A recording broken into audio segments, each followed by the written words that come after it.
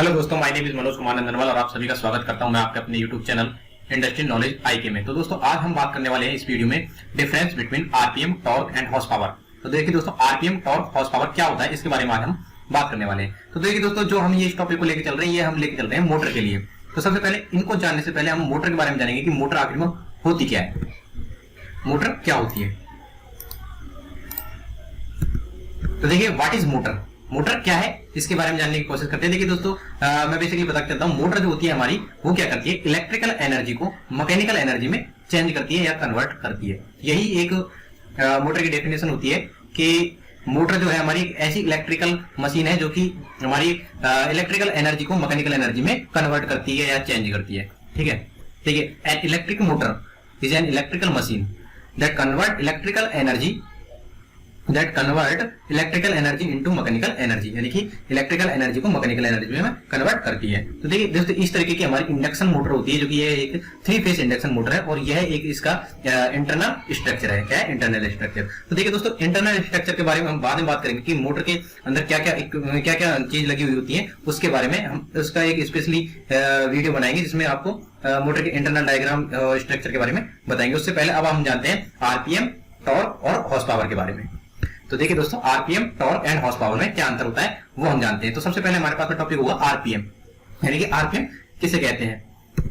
देखिए, what is RPM, RPM क्या होता है। देखिए दोस्तों, मोटर जो होती है हमारी, उसके अंदर एक रोटर लगा हुआ होता है। क्या लगा हुआ होता है? रोटर लगा हुआ होता है। तो उसी से हम आरपीएम को जानते हैं कि आरपीएम क्या होता है। देखिए, जो हमारा रोटर होता है वो है क्या करता है, मोटर के अंदर घूमने का काम करता है। क्या करता है? घूमने का काम करता है। तो इसमें क्या है, आरपीएम का मतलब है कि जो हमारे जो राउंड जो होते हैं, यानी कि हम रोटेशन जिसे बोलते हैं, वो पर मिनट में हमारा रोटर कितनी बार घूम रहा है, उसे हम क्या कहते हैं, आरपीएम बोलते हैं। तो देखिए, यहां पे हम देखते हैं आरपीएम स्टैंड्स फॉर रेवोल्यूशन पर मिनट। क्या बोलते हैं? रेवोल्यूशन पर मिनट। कहीं पे इसे रेवोल्यूशन पर मिनट बोलते हैं, कहीं इसे रोटेशन पर मिनट बोलते हैं। ठीक है, दोनों एक ही बात है, रेवोल्यूशन पर मिनट या फिर रोटेशन पर मिनट, यानी कि रोटर के घूमने की संख्या पर मिनट में, यानी कि हर मिनट में कितनी बार रोटर घूम रहा है, उसी को हम क्या कहते हैं, आरपीएम कहते हैं। And its use as a measure of how fast any machine is operating at a given time, यानी कि दिए गए टाइम में हमारी कोई मशीन जो है वो कितनी तेजी से ऑपरेट हो रही है या फिर चल रही है, उसे क्या बोलते हैं, आरपीएम बोलते हैं। तो देखिए, अब मोटर देखते हैं हम, ये मोटर का अंदर लगने वाला रोटर है, जो कि ये देखिए, इससे क्या पता लगता है, ये जो अंदर जो घूम रहा है इसमें क्या है, यह एक आरपीएम है। यानी कि अगर मान लो हमारी कोई मोटर है जो कि 1500 आरपीएम की है, तो वो क्या है कि उसका जो अंदर का जो रोटर लगा हुआ है वो पर मिनट कितने राउंड ले रहा है, पर मिनट कितनी बार घूम रहा है, वो 1500 बार घूम रहा है। तो इसलिए उसे क्या कह रहे हैं हम, 1500 उसके आरपीएम है। क्या है? 1500 आरपीएम है। यानी कि आरपीएम को किस तरीके से जान सकते हैं, एक तरीके से मोटर की स्पीड। क्या? मोटर की स्पीड, उसी को हम क्या कहते हैं, आरपीएम बोलते हैं। ठीक है, इतना आपको समझ में आ गया होगा। आगे देखते हैं दोस्तों, व्हाट इज टॉर्क, यानी कि टॉर्क किसे कहते हैं। देखिए दोस्तों, टॉर्क जो है हमारा एक तरीके का फोर्स होता है। क्या होता है? फोर्स होता है। अगर हम फिजिक्स के हिसाब से लेके चलते हैं तो हम फोर्स हमने फिजिक्स में पढ़ा है, तो उसी को ही हम क्या कहते हैं, टॉर्क बोलते हैं। तो टॉर्क और फोर्स में कुछ बेसिक सा डिफरेंस है। देखिए दोस्तों, जो हमारा फोर्स जो होता है वो क्या होता है, एक तरीके से हमारा लीनियर लगने वाला फोर्स, लीनियर जो हमारा बल लगता है उसे हम क्या बोलते हैं, फोर्स बोलते हैं। यानी कि कोई भी हमारा कोई ऑब्जेक्ट है जो ए पॉइंट से बी पॉइंट तक मूव कर रहा है, डिस्प्लेसमेंट कर रहा है, तो उसे हम क्या बोलते हैं, लगने वाले उस फोर्स को क्या बोलते हैं, फोर्स बोलते हैं। ठीक, जैसे हम देख सकते हैं यहाँ पे, देखिए, ये टॉर्क है हमारा। Torque is a rotating force produced by A motor crankshaft, यानी क्रैंकशाफ्ट के द्वारा जो हमारा रोटेटिंग फोर्स लग रहा है उसे ही हम क्या बोलते हैं, टॉर्क बोलते हैं। ठीक है, और यहाँ पे इसे जानने से पहले हम पहले जानेंगे फोर्स के बारे में। तो देखिए, यहाँ देखिए, ये जो ए पॉइंट से बी पॉइंट तक ये आदमी जो धक्का लगा रहा है, यानी कि बल लगा रहा है, तो ये जो ऑब्जेक्ट है वो इस जगह से इस जगह पर आ रहा है, यानी कि ए पॉइंट से कहां मूव कर रहा है, बी पॉइंट की तरफ मूव कर रहा है। यानी कि इसमें क्या लग रहा है, लीनियर मोशन लग रहा है। क्या लग रहा है? लीनियर मोशन लग रहा है। इसे ही क्या बोलते हैं, हम फोर्स बोलते हैं। जबकि टॉर्क जो होता है वो क्या है, एक रोटेटिंग एंगल में जो फोर्स लगता है उसे क्या बोलते हैं, हम टॉर्क बोलते हैं। क्या बोलते हैं? रोटेटिंग एंगल में जो फोर्स लगता है उसे क्या बोलते हैं, हम टॉर्क बोलते हैं। देखिए, अब हम टॉर्क देखते हैं इस तरीके से। देखिए, ये मोटर के अंदर घूमने वाला क्या है, रोटर है, जो कि यहाँ पे क्या है कि एक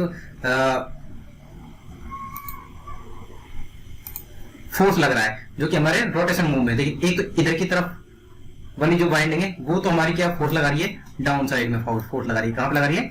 डाउन साइड में फोर्स लगा रही है। और जो हमारी इधर साइड वाली जो वाइंडिंग है, ये हमारी ऊपर की तरफ फोर्स लगा रही है। तो जिससे क्या है कि हमारा रोटर घूमने का काम कर रहा है। ठीक है, इस तरीके से ये मूव कर रहा है। तो यहाँ पे देख सकते हैं हम ये किस तरीके से घूम रहा है, देखिए। अब देखिए यहाँ पे क्या कर रहा है, ये घूमने का काम कर रहा है। जब घूम रहा है तो इसे हम क्या कहते हैं, इसे टॉर्क बोलते हैं। यानी कि हम कह सकते हैं torque is a rotating force produced by A motor crankshaft. यानी कि जो हमारा रोटेटिंग फोर्स होता है उसे ही हम क्या कहते हैं, टॉर्क बोलते हैं। तो देखिए दोस्तों, यहाँ पर टॉर्क में एक सवाल आता है। क्या सवाल आता है कि अगर हम टॉर्क को बढ़ाते हैं, क्या करते हैं, टॉर्क को बढ़ाते हैं तो आरपीएम हमारे चेंज होंगे। तो दोस्तों हम कह सकते हैं कि अगर हम फोर्स के केस में देखें तो देखिए दोस्तों, अगर ये आदमी जो इस बॉक्स को धक्का दे रहा है, अगर ये जितने बल से अब दे रहा है, मान लीजिए अब ये 10 न्यूटन के फोर्स से धक्का दे रहा है, तो यह डिब्बा इतनी स्पीड से चल रहा है। अगर ये यहीं पे ही इस डब्बे को 20 न्यूटन के फोर्स से अगर फोर्स लगाने लगे 20 न्यूटन का, तो ये इसकी स्पीड चेंज हो जाएगी। यानी कि इसकी स्पीड चेंज होने पे हम कह सकते हैं कि एक तरीके से बल लगाया तो इसकी स्पीड तेज हो गई। तो यहाँ पे हम कह सकते हैं कि टॉर्क जो है, अगर हम टॉर्क बढ़ाते हैं तो आरपीएम भी चेंज होते हैं। क्या कहते हैं, आरपीएम भी बढ़ जाता है। यानी कि टॉर्क बढ़ाने पर आरपीएम बढ़ता है। इसी तरीके से हम कह सकते हैं की जाती है कि अगर हम आरपीएम को बढ़ाएं तो टॉर्क बढ़ेगा। तो देखिए दोस्तों, यहाँ पे सिंपल सा आंसर है कि टॉर्क तो बढ़ेगा, लेकिन जो अब हम यहाँ पे क्या कहते हैं, देखिए अगर हम आरपीएम बढ़ाते हैं तो टॉर्क बढ़ेगा। हाँ, आरपीएम बढ़ाने पर टॉर्क बढ़ता है, बिल्कुल सही बात है।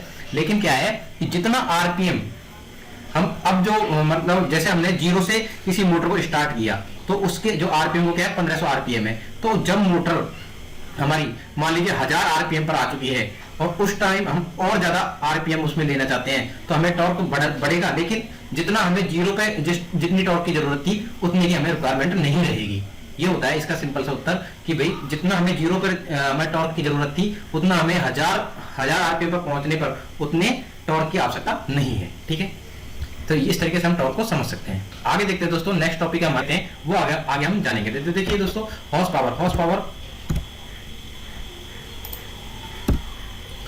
Power is a unit of measurement of power. यानी कि पावर को मापने की एक इकाई है हॉर्स पावर। पावर मापने की इकाई क्या है, हॉर्स पावर है। ठीक है, तो देखिए दोस्तों, ये अब यहाँ पे हम कह सकते हैं कि पावर को मापने की इकाई हॉर्स पावर तो है, लेकिन अभी हम जानते हैं कि ये हॉर्स पावर नाम कहां से आया। तो देखिए दोस्तों, 1764 में एक वैज्ञानिक हुआ करते थे जिनका नाम था जेम्स वाट। तो उन्होंने क्या किया था, 1764 में स्टीम इंजन का निर्माण किया, और स्टीम इंजन का निर्माण किया जो कि हमारे बाप के द्वारा चलता था। तो उन्होंने एक स्टीम इंजन का निर्माण तो कर दिया, लेकिन उनके सामने एक समस्या आई कि वो यही पता नहीं लगा पा रहे थे कि जो हमारा इंजन है यह कितनी पावर का है। तो इसे जानने के लिए उन्होंने एक घोड़े की मदद ली। क्या ली, घोड़े की मदद ली, जिससे क्या है कि उन्होंने क्या किया था, एक घोड़े को लिया, उससे एक रस्सी को बांधा और उस रस्सी को पुली की सहायता से जमीन पर लटका दिया। लटकाने के बाद में उस रस्सी पर कुछ वजन को रख दिया, यानी कि कुछ ऑब्जेक्ट को रखा जो कि कुछ किलोग्राम का था। तो उन्होंने सोचा कि जो हमारा यह घोड़ा है ये क्या करेगा, 1 मीटर की दूरी तक 1 सेकंड में जितने वजन को उठा लेगा वही इसकी हॉर्स पावर होगी। क्या होगी, हॉर्स पावर होगी। तो इसी तरीके से देखिए, इस तरीके से एक घोड़े को लिया इन्होंने और पुली की सहायता से कुछ वजन को लटका दिया। तो उन्होंने सोचा कि जैसे ये 1 मीटर की जो दूरी है, यहाँ तक जितने वजन को एक घोड़ा खींच सकता है वही उसकी पावर होगी। तो 1 सेकंड के अंदर जितने वजन को खींचेगा वो उसकी हॉर्स पावर होगी। तो देखिए दोस्तों, एक जो घोड़ा था उसने 1 सेकंड के अंदर 1 मीटर की दूरी तक 75 केजी वजन को उठा लिया था, यानी कि आगे तक लेकर गया था। ठीक है, तो इसी को ही ये कहने लगे क्या, 75 किलोग्राम। यानी कि यहां से हम कह सकते हैं कि जो हमारा 1 एचपी जो होता है, यानी कि हम कह सकते हैं 1 एचपी यानी कि horse power is equal to क्या होता है, 746 वॉट। क्या होता है, 746 वॉट होता है। ठीक है, इस तरीके से हमने यहाँ पे इसकी पावर को जाना। ठीक है, आगे देखते हैं, यहाँ पे कुछ और भी उन्होंने एक्सपेरिमेंट करके देखे थे, जहां पे देखिए एक घोड़े का इनको पता लगा कि एक घोड़ा 75 केजी वजन को 1 सेकंड में 1 मीटर तक उठा ले जाता है। वहीं पे उन्होंने देखा 2 घोड़ों को अगर बांध दिया जाए तो और 75 किलो वजन को इनको लटका दिया जाए तो ये 2 घोड़े जो है 1 सेकंड से पहले ही इस वजन को खींच लेते हैं। तो यानी कि 2 घोड़ों की ताकत क्या हुई, ये 1 सेकंड से पहले ही इतने वजन को खींच लेते हैं। देखिए यहाँ पे देखिए टाइम के अनुसार, यहाँ पे जैसे ही ये घोड़ा चला 1 सेकंड के अंदर, देखिए 1 सेकंड के अंदर इसने 75 केजी वजन को उठा लिया, जबकि 2 घोड़ों ने इससे पहले ही इस 75 केजी वजन को ये उतनी दूरी तक ले गए। ठीक है, तो इस तरीके से हम हॉर्स पावर को जान सकते हैं। अगर दोस्तों आपको ये वीडियो अच्छी लगी हो तो प्लीज वीडियो को लाइक करना, चैनल को सब्सक्राइब करना ना भूलना। थैंक यू दोस्तों।